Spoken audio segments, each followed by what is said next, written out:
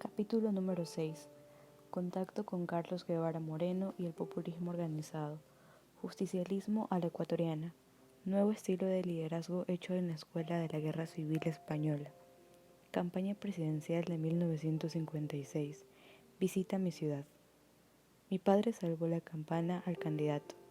Reencuentro con Che Guevara en los 70. Norma, el espíritu de Eva Perón y el rostro de Simón Signoret.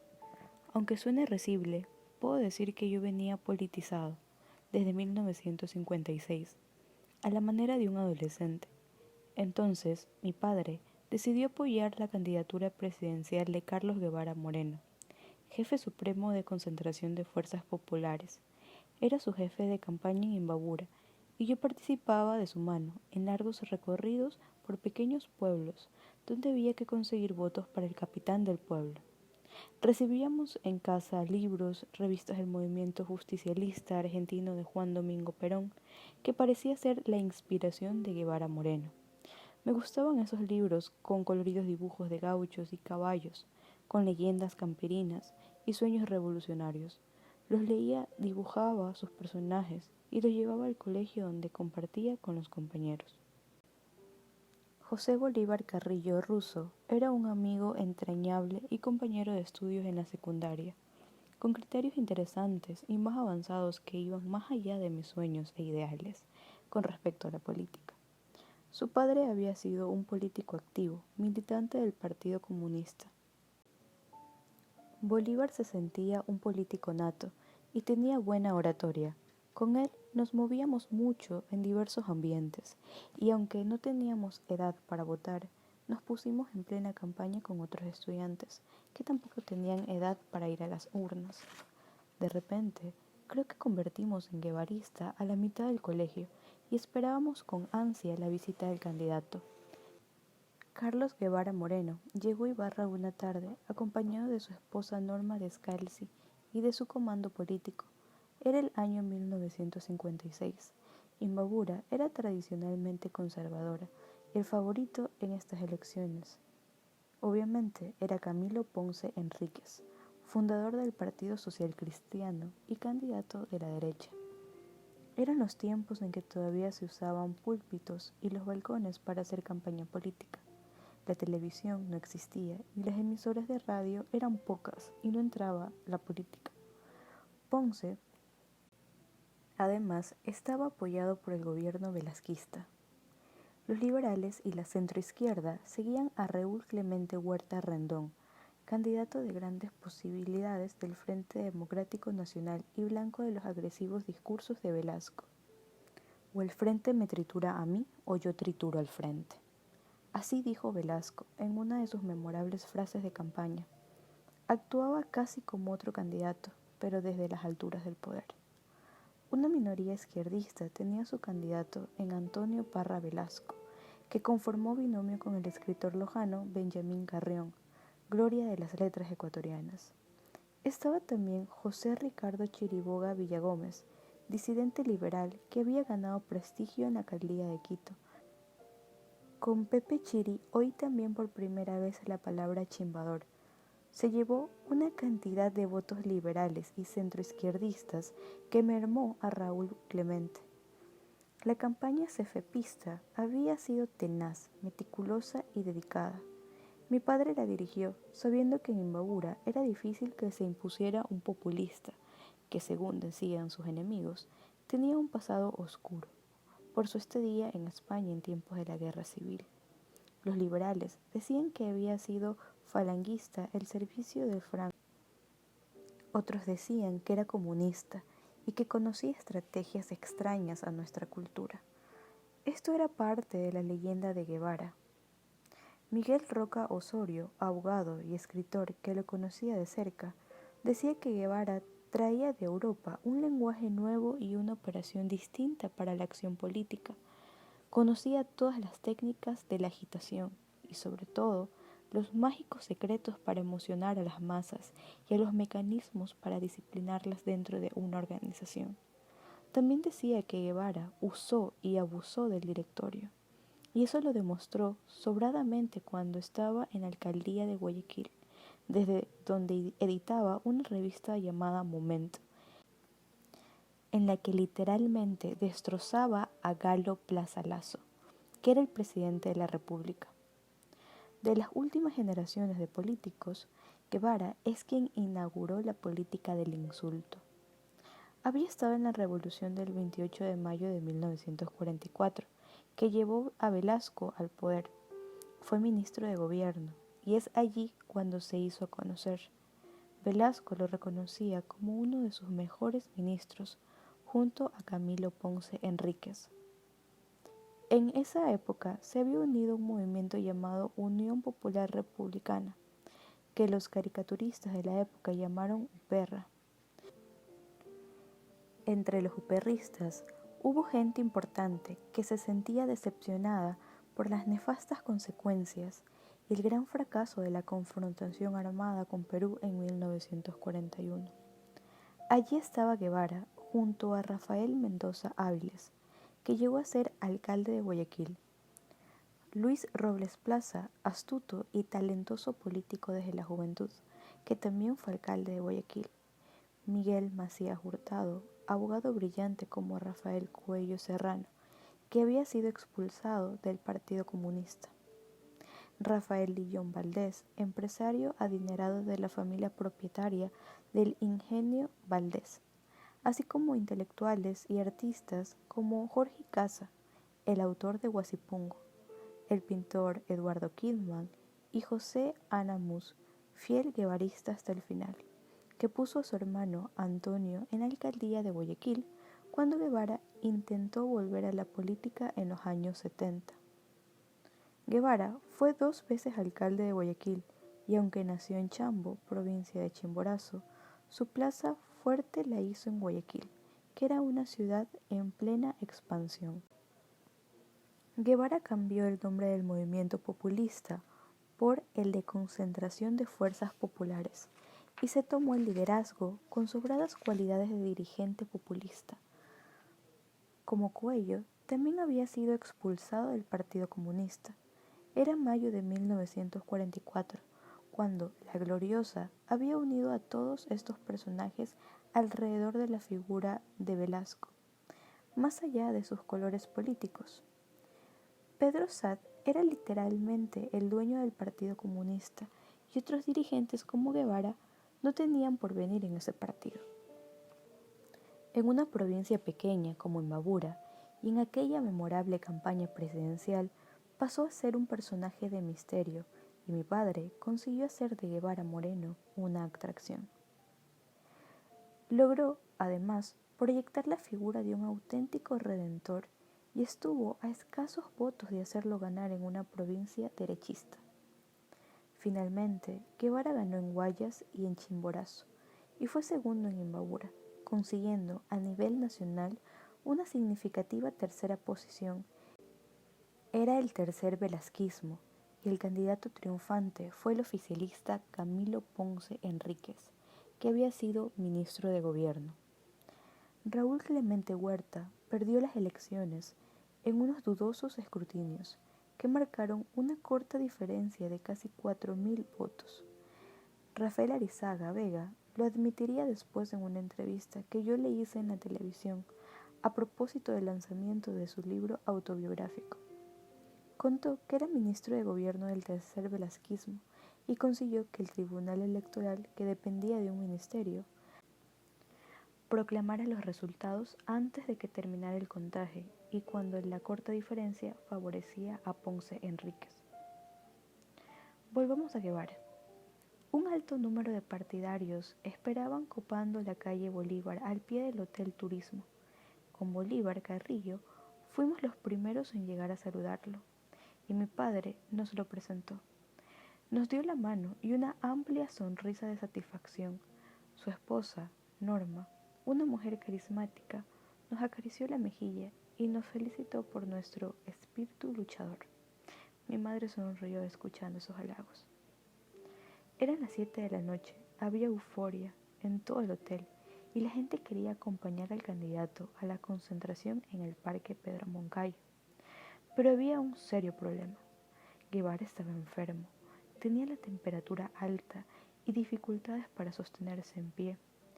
Hizo grandes esfuerzos para caminar una cuadra y algo más hasta llegar a una de las ventanas de la gobernación de la provincia, desde donde tenía que dirigirse al pueblo. Decían que no era un gran orador, pero la enfermedad agravaba las cosas. Mi padre debía presentarlo, pero, dada la situación, se cambió el orden. Guevara habló unos pocos minutos y con una voz débil, mi padre pronunció el discurso de fondo que consiguió llenar de emoción al pueblo. Cuando explicó los términos de una doctrina justicialista que sintetizaban en el impacto eslogan Pueblo contra Trincas, Guevara Moreno y su esposa se manifestaron agradecidos con mi padre. Mi amigo Bolívar y yo no cabíamos de dicha por haber conocido a un auténtico líder político. Don Carlos, muchas gracias por todo lo que ha hecho por nuestra candidatura. Seremos gobierno y usted estará muy cerca de mí, dijo Guevara esa misma noche, mientras doña Norma lo abrazaba emocionada. Ya en los años 70 volvimos a recordar estos hechos con Norma, mujer inteligente, culta y de gran personalidad, a quien Guevara quería convertir en una segunda Eva Perón. Yo la llamaba Simone Signoret por su extraordinario parecido con la actriz francesa, esposa de mi admirado Montand. Me contó anécdotas de aquellos tiempos y dijo que ella se entregó a la política no solo para apoyar a su marido, sino para protegerlo de quienes querían matarlo. Me la presentó Alberto Borges y una noche tuvimos una larga conversación en Guayaquil. Por supuesto, el tema fue Carlos Guevara Moreno. Recordamos los pasajes de Ibarra que estaban en su memoria muy claros, la enfermedad de Guevara, la improvisación de los discursos, el papel que jugó mi padre en esa campaña. Hasta mencionó los ojos verdes de mi madre. ¿Cómo me sorprendió ver esa manifestación a favor de Carlos, en una provincia donde los curas daban las órdenes a la hora de votar? Fue un gran trabajo el que hizo tu padre. Los curas no querían al doctor Guevara porque era comunista, según decía la propaganda contraria. En la Guerra Civil Española, se era falanguista o se era republicano. Naturalmente, con la República se identificaba todo izquierdista, incluyendo los comunistas. Había muchos, según las narraciones de Carlos. La respuesta fue elaborada. Alberto, español de nacimiento, corroboró lo dicho por Norma. No había otras alternativas porque se trataba de una guerra, no solo un conflicto político-ideológico. Acto seguido, empezó a cantar con una voz ronca, una de las marchas falangistas. Y todos reíamos de buena gana. Norma, con memoria precisa, recordaba todos los datos de la ficha de un joven Guevara Moreno, que decidió enrolarse a las Brigadas Internacionales del Ejército Popular en Barcelona, dejando sus estudios de biología en la Universidad de la Sorbona de París. Él fue un combatiente y en la Quinta Brigada estuvo junto a personajes históricos como el mariscal Tito, un mariscal italiano, un dirigente político brasileño, un sobrino de Winston Churchill. Carlos Guevara Moreno quiso hacer una historia propia en su país, como lo hizo el mariscal Tito en Yugoslavia, pregunté. Carlos tenía un espíritu templado, quería servir a su país y trajo muchas ideas con las que se configuró una ideología de justicia social. Ahora lo recuerdan como un gran populista, pero él era demasiado inteligente para buscar solo poder y popularidad. Quería servir y transformar un país que estaba sometido a un partido caduco como el conservador y desgastado como el liberal. Los socialistas, que eran pocos, no le convencían porque siempre se prestaban al juego de los partidos oligárquicos. En busca de otras revelaciones, pregunté, ¿también trajo de España las técnicas de organización de las brigadas republicanas? Desde luego, Carlos era un líder muy carismático, como dicen ahora, y muy convincente. La gente lo seguía con facilidad, confiaba en él en todo momento. Sus órdenes eran las de un experto en organización política. ¿Formó células como en las organizaciones subversivas?, pregunté. Ya no me preguntes esas cosas, que yo no las viví. Se exaltó un poco y rió a carcajadas. ¿Es verdad que logró montar una red de espionaje en Guayaquil?, insistí. Solo para informarse de cuánto hacían los que querían destruirlo, los saloneros que estaban en los clubes y en los salones de lujo. Escuchaban todo e informaban a su capitán. Eso nos permitió prevenir varios atentados. Cuéntame uno, insistí. El más sonado fue el que ocurrió en el barrio Garay, cuando debía ir a la organización de un comité. Nuestra camioneta, con otros militantes a bordo, se adelantó. Cuando llegó a su destino se produjo un inesperado apagón y la camioneta fue ametrallada, pensando que nosotros íbamos adentro. Allí murieron 4 cefepistas. Yo siempre manejaba la camioneta, pero esta vez algo presentí y esperé a Carlos, que estaba con su amigo periodista. ¿Cuánto influyó usted en el nacimiento de CFP y su sostenimiento en aquella etapa? Le ayudé en todo cuanto pude, en sus giras, en la organización de los comités, en las campañas, en la preparación de discursos, en tareas de coordinación, en información para la prensa, en fin, en las buenas y en las malas. Salimos de aquella casa con Alberto Borges y comentamos largo rato el temple de esta mujer. Se veía en su rostro, fue una luchadora, quizás la primera mujer que intervino en la política con mucha mística. Olvidaba contarles que rehusó hablar de Asad Bucaram, solo dijo que fue un traicionero. Pero Carlos confiaba en él, y ese fue su error. En Quito volví a verla, en un corto encuentro, en una casa particular. Señora Simón, le dije, y me besó cariñosamente en la mejilla. Carlos Guevara Moreno ya había muerto. Pero volvamos al capitán del pueblo. Desde la campaña de 1956 y aquel encuentro en Ibarra que motivó tantas inquietudes en mi adolescencia, no había vuelto a saber de Guevara. Lo volví a ver cuando volvió de México para reentrar en la política, fundando un nuevo partido que se llamó APRE.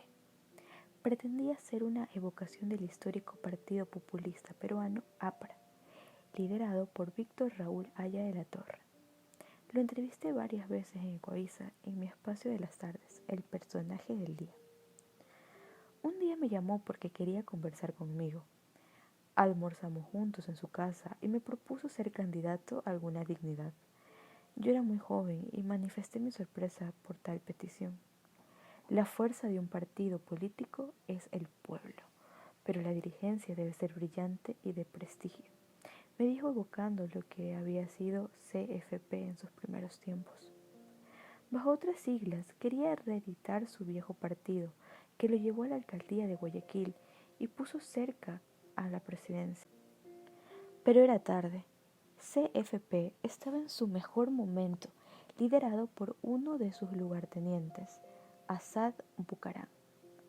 Guevara volvió a retirarse decepcionado a una residencia en el Valle de los Chillos, cerca de Quito. Guevara me impresionó por su inteligencia, su erudición y su indudable temple de líder. En su rostro quedaba la huella de muchas luchas. En aquel almuerzo le recordé que la palabra oligarquía le había popularizado él, que el pueblo captó su mensaje y que estuvo a punto de llevarle a la presidencia. A mucho orgullo, me dijo. ¿Qué pasó después de 1957, doctor Guevara? ¿No ganó las elecciones o prefirió irse del país cuando pudo haber hecho un segundo intento que hubiera sido exitoso?, pregunté. Contestó con una frase que aún me retumba en mis oídos.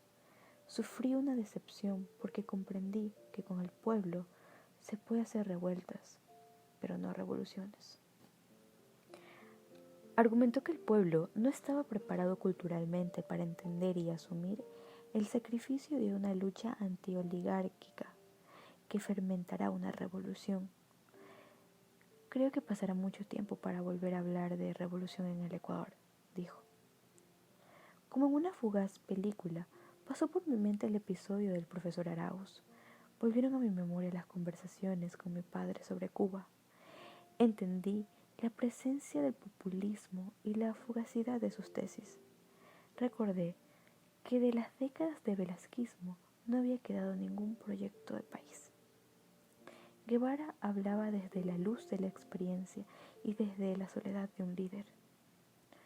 Cuando volví a mi trabajo, me repetí a mí mismo varias veces: con el pueblo se puede hacer revueltas, pero no revoluciones. Carlos Guevara Moreno pasó sus últimos días en Sangolquí, a 40 minutos de Quito. Era un gran conversador, hombre culto y recibía pocos amigos. Allí murió y allí está enterrado. Cuando murió, en agosto de 1974, Miguel Roca Osorio diría en Vistazo: ahí, en ese pequeño pueblo, hizo vivir por su propia voluntad al Guevara erudito y fino, al Guevara conservador y sensible.